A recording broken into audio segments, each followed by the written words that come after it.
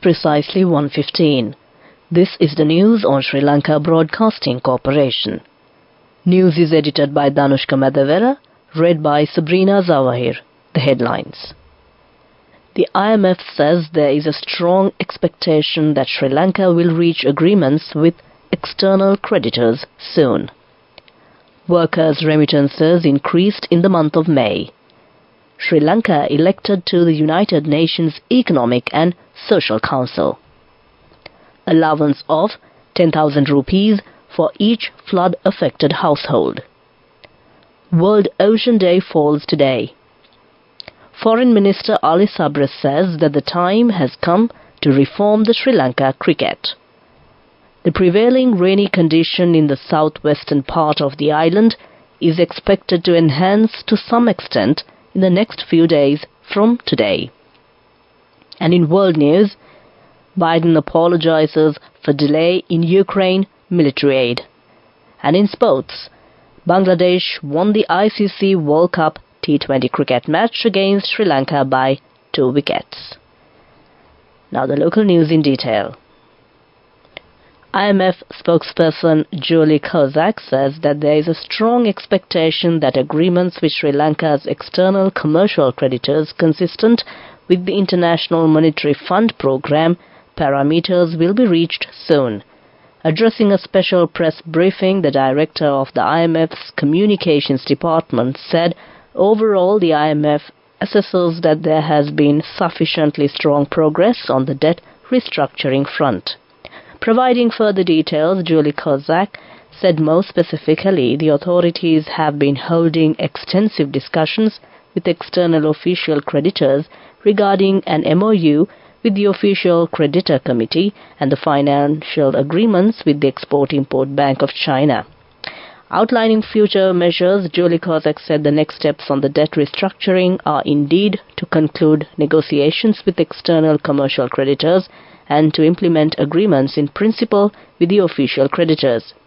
Julie Kozak confirmed that the IMF Executive Board will meet on the 12th of this month to discuss the second review and the Article 4 consultation related to Sri Lanka. The Central Bank of Sri Lanka says that the inflow of workers' remittances to Sri Lanka has exhibited an improvement in recent months. The central bank says that improvement has been recorded, with the country recording an inflow of $544.4 million for the month of May this year.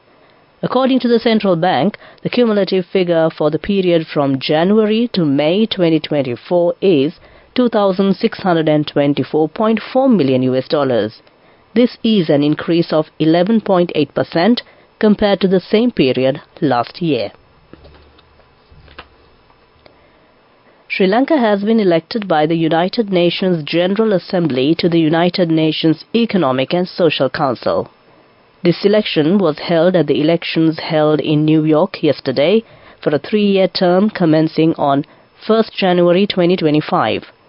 Sri Lanka obtained 182 votes of the 189 member states present and voting, securing the second highest vote count from the region and the 7th highest number overall. Sri Lanka was previously elected to the United Nations Economic and Social Council from 1985 to 1989 and from 2006 to 2008. As a member of the Council, Sri Lanka will contribute to the Council's effort and the programs which include eradication of poverty, food security, financing for development, reform of the international financial architecture to better support vulnerable countries, climate justice, gender equality and women's empowerment, rights of persons with disabilities, science and technology, and bridging the digital divide. The 18 countries that were elected on the 7th June 2024 to the 54 member states of the ECOSOC include Uzbekistan, Sri Lanka, Bangladesh and Saudi Arabia from the Asia-Pacific region. The election to the ECOSOC is Sri Lanka's 4th consecutive success at a multilateral election. This marks a significant milestone for Sri Lanka's diplomatic engagement led by the Ministry of Foreign Affairs and its overseas diplomatic missions. This news is brought to you by Sri Lanka Broadcasting Corporation. A comprehensive banking services package with a branded checkbook as well as debit and credit card exclusively for you.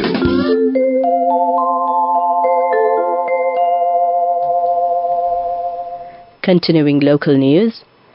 Senior Advisor to the President on National Security and Chief of Presidential Staff, Mr. Sagala Ratnayaka, said that an allowance of 10,000 rupees will be provided to every household affected by the flood.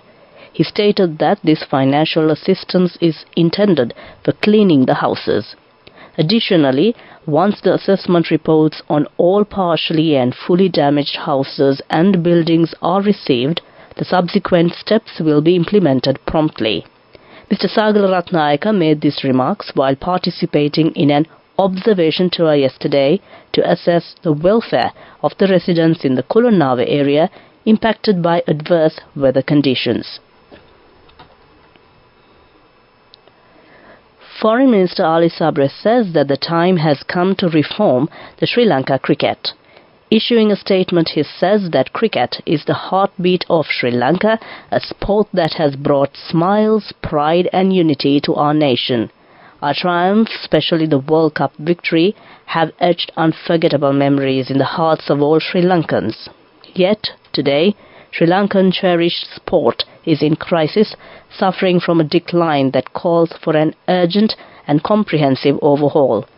In his statement, he said that the issues currently facing by Sri Lanka cricket cannot be resolved with temporary fixes.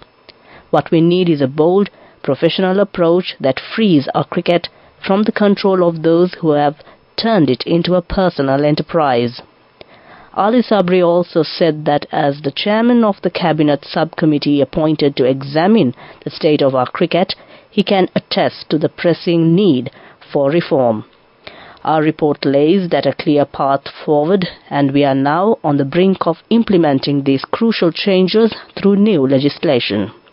This is a decisive moment for Sri Lankan cricket. Minister Sabri also said that we must seize this opportunity and get the reforms enacted with a new sports law and constitution for Sri Lanka cricket. Cricket in Sri Lanka is not just a game or a business, it is a reflection of our national spirit. Our success should not be measured by financial metrics, but by the victories we achieve on the field and the hope we inspire in our people. Currently, our performance is far from acceptable, and the time for change is now. That ends local news. Elevate your life with People's Bank Excelsior. A comprehensive banking services package with a branded checkbook as well as debit and credit card exclusively for you.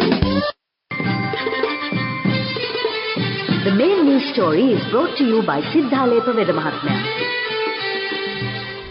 World Ocean Day falls today.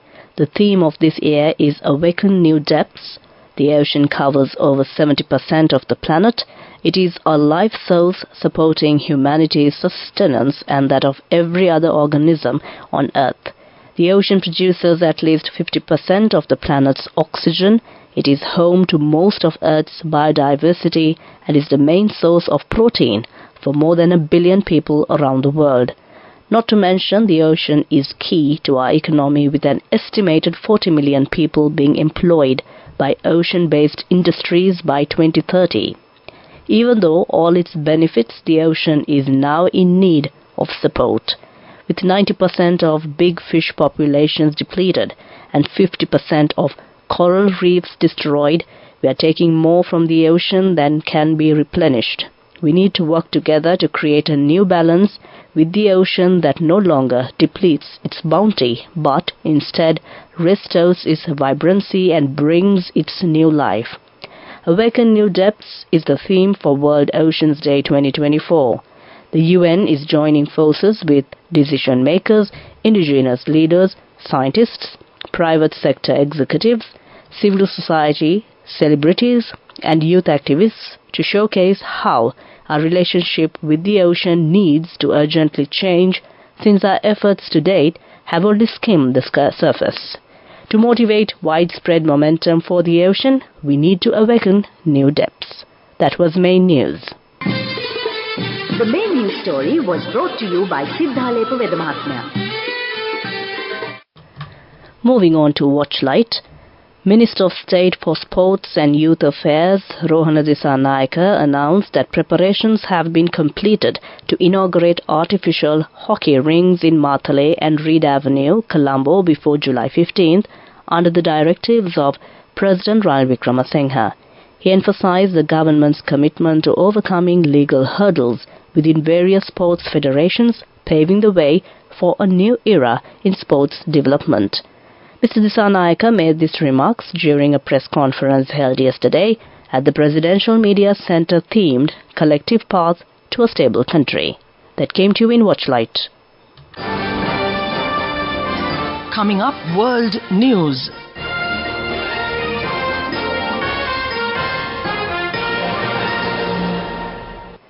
Taking a look at the headlines of the world news. Biden apologizes for delay in Ukraine military aid.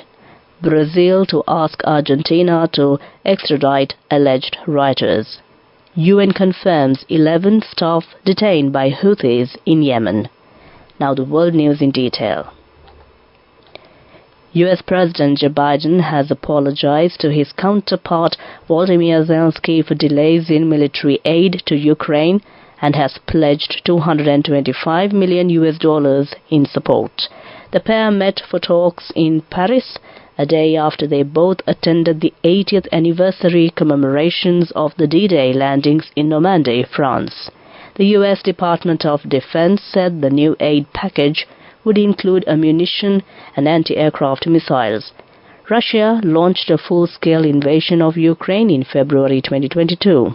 Mr. Biden said previous delays in aid had been caused by some Republicans in Congress, but reiterated U.S. support for Ukraine. The Brazilian government says it will request the extradition of more than 60 people who fled to Argentina after being charged for their alleged involvement in riots that shook Brazil's capital last year. The riots were led by supporters of the former right-wing president Jair Bolsonaro through a week after Luiz Inácio Lula da Silva took office. Thousands stormed government buildings in Brasilia on 8 January 2023 after managing to march largely unchallenged through the city. Hundreds of Mr. Bolsonaro's supporters were arrested, charged and released on bail. Many of them have fled to Argentina since the inauguration of the right-wing president Jair Milei in December to request political asylum there. Now the Brazilian government is seeking their return.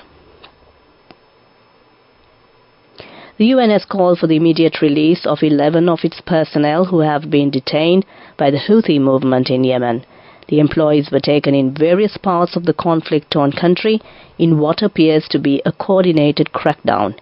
UN spokesman Stefan Dujarric said the world body was pursuing all available channels to secure their safe and unconditional release as rapidly as possible. The armed group sees itself as part of an Iranian-led axis of resistance against Israel, the US and the wide West, and has declared its support for Palestinians in the Gaza Strip. The Houthis have been targeting commercial shipping in the Red Sea, triggering retaliatory airstrikes by the US and its allies. Several employees of other international organizations were also detained. Reports quoting officials from Yemen's internationally recognized government said. That ends World News. Prior to concluding, the headlines of the World News once again. Biden apologizes for delay in Ukraine military aid. Brazil to ask Argentina to extradite alleged rioters. UN confirms 11 staff detained by Houthis in Yemen. That ends World News. Development News. President Ranil Wickremesinghe announced the government has initiated the first step towards economic stability by submitting the Economic Transformation Bill.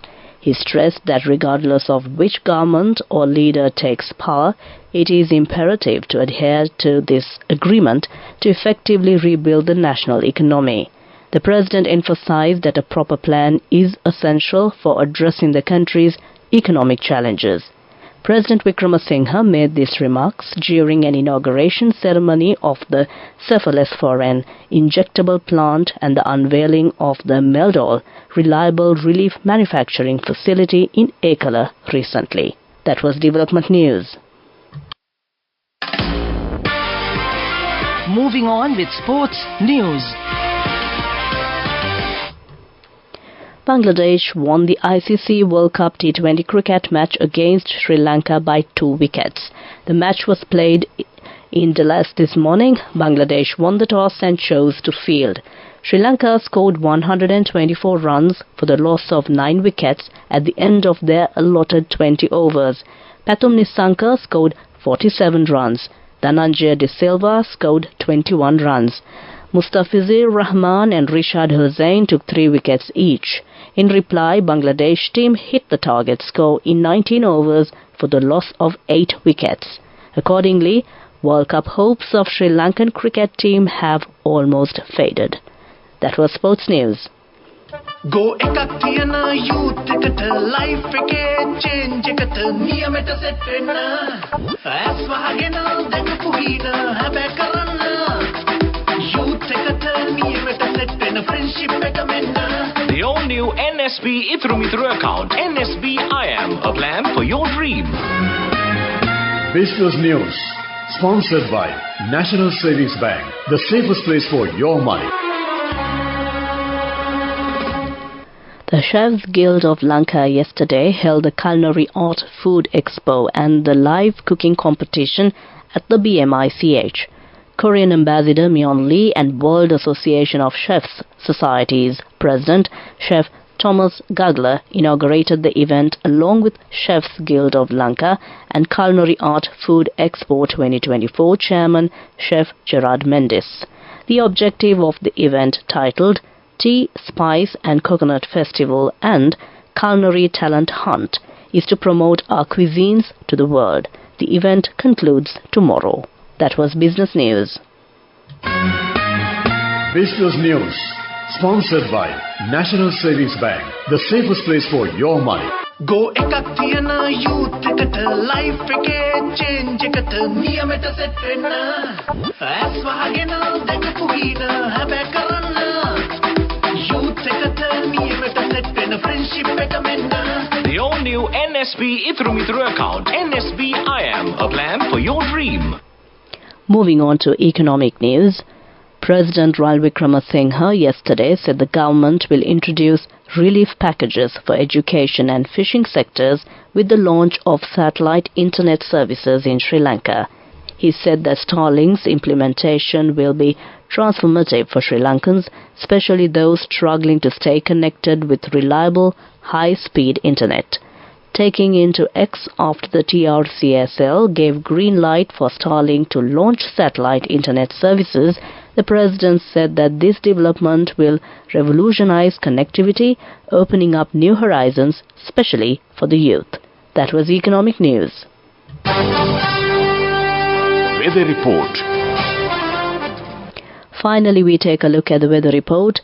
The prevailing rainy condition in the southwestern part of the island is expected to enhance to some extent in the next few days from today. Showers will occur at times in western, Sabaragamuwa, northwestern and southern provinces and in Kandy and Nuwara districts. Fairly heavy showers above 50 mm are likely at some places in western and Sabaragamuwa provinces and in Nuwara, Galle and Mathura districts. Several spells of showers will occur in northern and north-central provinces and in Matale district. Showers or thunder showers may occur at a few places in Uva province and in Ampara and Batticaloa districts in the evening or night. Strong winds of about 40 to 50 kilometers can be expected at times over northern, north-central, northwestern provinces and in Trincomalee and Hambantota districts. That was the weather report. Prior to concluding this bulletin of news, the headlines once again. The IMF says there is a strong expectation that Sri Lanka will reach agreements with external creditors soon. Workers' remittances increased in the month of May. Sri Lanka elected to the United Nations Economic and Social Council. Allowance of 10,000 rupees for each flood-affected household. World Ocean Day falls today. Foreign Minister Ali Sabri says that the time has come to reform the Sri Lanka cricket. The prevailing rainy condition in the southwestern part of the island is expected to enhance to some extent in the next few days from today. That ends news, and over to my friend, and certainly yours is all geared up to keep you entertained with a wonderful collection of music. Over to you, Ramesh.